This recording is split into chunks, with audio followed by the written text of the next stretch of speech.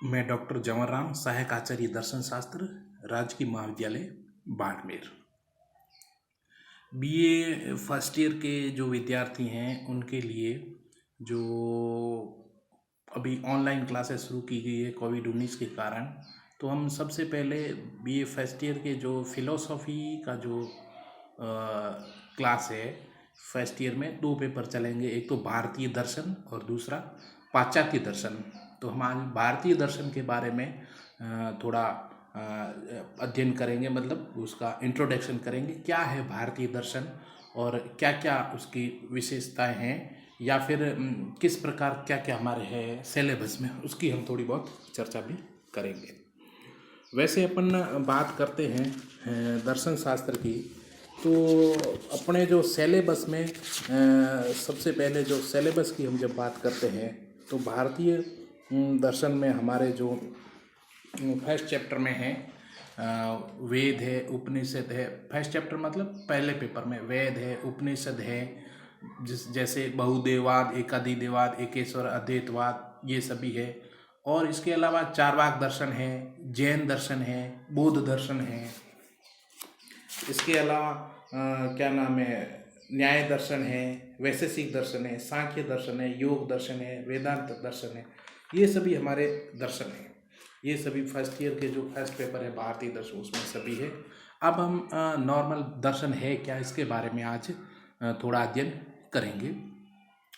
जब हम दर्शन शब्द की बात करते हैं तो दर्शन का वैसे तो दृश्य धातु से बना है, जिसका अर्थ है देखना। मतलब जगत में जितनी भी वस्तुएं हैं उन सभी हम देखते हैं। बहुत सारी वस्तुएं हमें दिख रही है, इधर भी देख रहे हैं तो हमें टेबल दिखाई दे, मेज दिखाई दे रही, धरती दिखाई दे रहा है, आकाश दिखा रही है, ये सभी, इसका मतलब हम सभी दार्शनिक हुए। लेकिन दर्शन शास्त्री वो कहलाता है जो जगत में जितनी भी वस्तुएं हैं उनका तर्कपूर्ण विवेचन करना। तर्कपूर्ण विवेचन करना मतलब ये वस्तु हमारे लिए कितना उपयोगी है, कितना अनुपयोगी है, हमारे लिए क्या फ़ायदा है, इससे क्या नुकसान है, भविष्य में क्या क्या ये काम आएगी, इन सब का विवेचन करना ही दर्शन कहलाता है। मतलब जो वस्तुएं हैं वो तथ्य के अंतर्गत है, तथ्य पड़ी वस्तुएं, उनका कोई मतलब उनका तर्कपूर्ण विवेचन करना ही वास्तविक रूप से अगर दर्शन की परिभाषा की बात, तथ्यों का तर्कपूर्ण विवेचन करना ही दर्शन। तर्कपूर्ण विवेचन, कोई भी वस्तु तथ्य मतलब फैक्ट्स, इसका अपन तर्कपूर्ण विवेचन करते ही हमारे लिए कितनी अच्छी है, कितनी अनुपयोगी है, सभी दर्शन के अंतर्गत आते हैं। मतलब किसी भी वस्तु का तर्कपूर्ण विवेचन करना ही दर्शन कहलाता है। अब हम बात करते हैं दर्शन की। एक तरफ है भारतीय दर्शन, एक तरफ है पाश्चात्य दर्शन।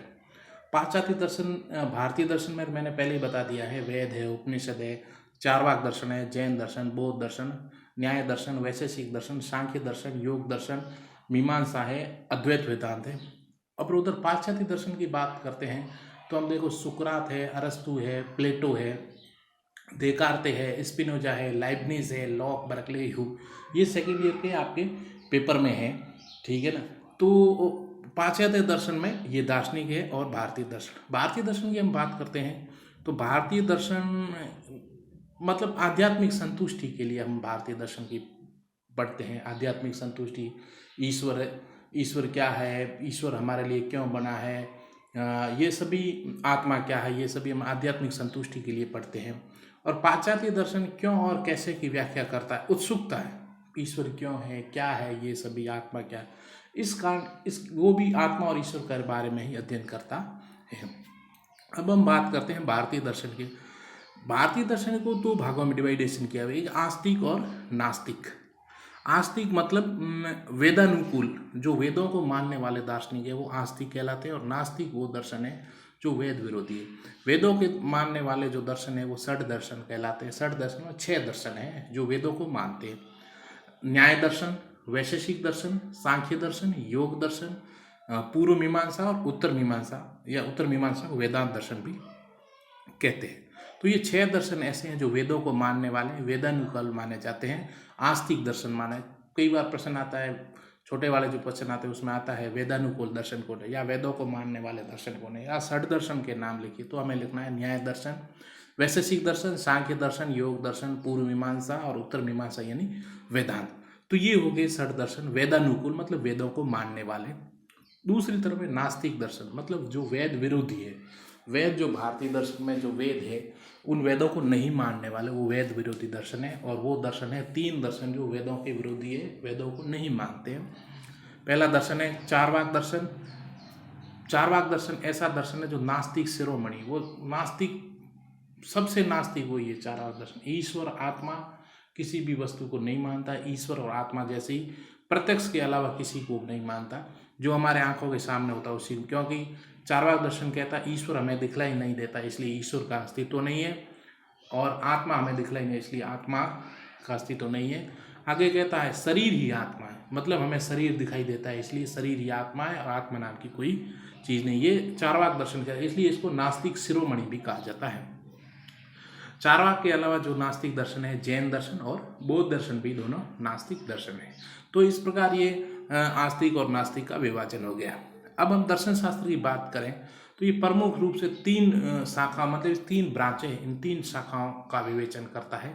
पहली शाखा है ज्ञान मीमांसा या प्रमाण मीमांसा। ज्ञान मीमांसा को प्रमाण मीमांसा भी कहते हैं, एपिस्टेमोलॉजी। दूसरी है तत्व मीमांसा मतलब मेटाफिजिक्स, और तीसरी है नीति मीमांसा यानी एथिक्स। यहाँ जो मीमांसा का अर्थ है विवेचना के अर्थ में आया कि मीमांसा शब्द का विवेचना किसकी करता है। तत्व मीमांसा मतलब तत्वों की विवेचना करता है, ज्ञान ज्ञान की मीमांसा, नीति नीति का। आगे क्या है ये, इसके बारे में हम देख रहे हैं। पहली जो शाखा है ज्ञान मीमांसा, इस शाखा के को प्रमाण मीमांसा भी कहा जाता है। ज्ञान मीमांसा को प्रमाण मीमांसा भी कहा जाता है। ज्ञान क्या है, जो हमें ज्ञान मिल रहा है किसी वस्तु के बारे में, वो ज्ञान क्या है, या हमें ज्ञान प्राप्त कर रहे हैं किसी वस्तु के बारे में। जैसे ये मेज है तो इसके प्रति इसका हम ज्ञान प्राप्त कर रहे हैं, तो ज्ञान प्राप्ति के साधन हमसे किससे प्राप्त है, हमने प्रत्यक्ष की आंखों का या अनुमान किया। ये जो ज्ञान प्राप्ति के साधन है 6 है, वो मैं आपको बताऊंगा आगे। प्रत्यक्ष, अनुमान, शब्द, उपमान, अर्थापत्ति और अनुपलब्धि, ये ज्ञान प्राप्ति के साधन है। तो ज्ञान प्राप्ति के साधन कौन कौन से रहे किसी वस्तु को प्राप्त करने में। ज्ञान की प्रामाणिक तथा अप्रामाणिक, जो हमें ज्ञान प्राप्त हुआ ये प्रामाणिक है मतलब वास्तव में सही है, या अप्रामाणिक मतलब गलत है, इसको विवेचित करने वाली शाखा ज्ञान मीमांसा कहलाती है। तो सबसे पहले ज्ञान मीमांसा। भारतीय दर्शन में बात करते हैं, न्याय दर्शन तथा मीमांसा अपनी ज्ञान मीमांसा के लिए प्रसिद्ध माने गए। दूसरी शाखा की बात करते हैं तत्व मीमांसा। तत्व मीमांसा मतलब तत्वों की विवेचन करना, मेटाफिजिक्स। मेटा की हम बात करते हैं, मेटा से तात्पर्य है परे, परे मतलब, और फिजिक्स की का अर्थ है भौतिकता। भौतिकता मतलब इस भौतिक जगत में हम रह रहे हैं, जहाँ भौतिक वस्तुएं भौतिक, और मेटा का अर्थ है परे। तो तत्व मीमांसा की जब बात करते हैं तो इस शाखा के अंतर्गत हम भौतिकता से परे तत्वों को विवेचित करें। भौतिकता इस जगत से परे तत्व, अब जगत से परे तत्व कौन थे, ईश्वर और आत्मा। ईश्वर इस जगत में नहीं रहता, इस दूसरे जगत से परे रहता है, मतलब इस भौतिक जगत से परे रहता है। तो तत्व मीमांसा में ईश्वर और आत्मा इत्यादि का विवेचन किया जाता है, इसलिए मेटाफिजिक्स कहलाते हैं या तत्व मीमांसा। इस संसार का मूल तत्व क्या है, ये सृष्टि किससे उत्पत्ति हुई है, ईश्वर से या आत्मा से, जड़ से, या इस जगत या पृथ्वी से, इत्यादि को विवेचित करने वाली शाखा तत्व मीमांसा। मूल तत्व इस सृष्टि का क्या है, किससे उत्पन्न हुई है, उस तत्व मीमांसा। तत्व मीमांसा सत्य को विवेचित करती है। सत्य मतलब इस सृष्टि का सत्य क्या है, मूल सत्य क्या है, जिससे ये सृष्टि बनती है या बिगड़ती है, जो भी है इस सृष्टि का मूल सत्य क्या है। तीसरी बात है नीति मीमांसा। नीति मीमांसा को इथिक्स भी कहते हैं। उक्त शाखा मूली मीमांसा अथवा आचार मीमांसा भी कहलाती है।